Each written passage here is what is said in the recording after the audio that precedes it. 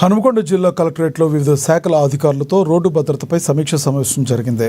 ఈ కార్యక్రమంలో పాల్గొన్న కలెక్టర్ స్నేహ శబరీష్ రహదారుల భద్రతా చర్యలో భాగంగా ప్రతి 15 రోజులకు ఒకసారి R&B, పోలీస్, జాతీయ రహదారులు, గ్రేటర్ వరంగల్ మున్సిపల్ కార్పొరేషన్ అధికారులు సంయుక్తంగా తనిఖీలు నిర్వహించాలని కలెక్టర్ స్నేహ శబరీష్ చెప్పారు.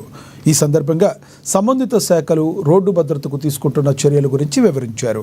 మ్యాన్ హోల్స్ వద్ద ప్రమాద హెచ్చరికల బోర్డులను ఏర్పాటు చేయాలన్నారు. పలువురు అధికారులు సూచించిన అంశాలపై సంబంధిత అధికారులు తక్షణమే స్పందించి చర్యలు తీసుకోవాలన్నారు. కాబట్టి ఈ special assistance for electronic enforcement of road safety ఇది కూడా మనకి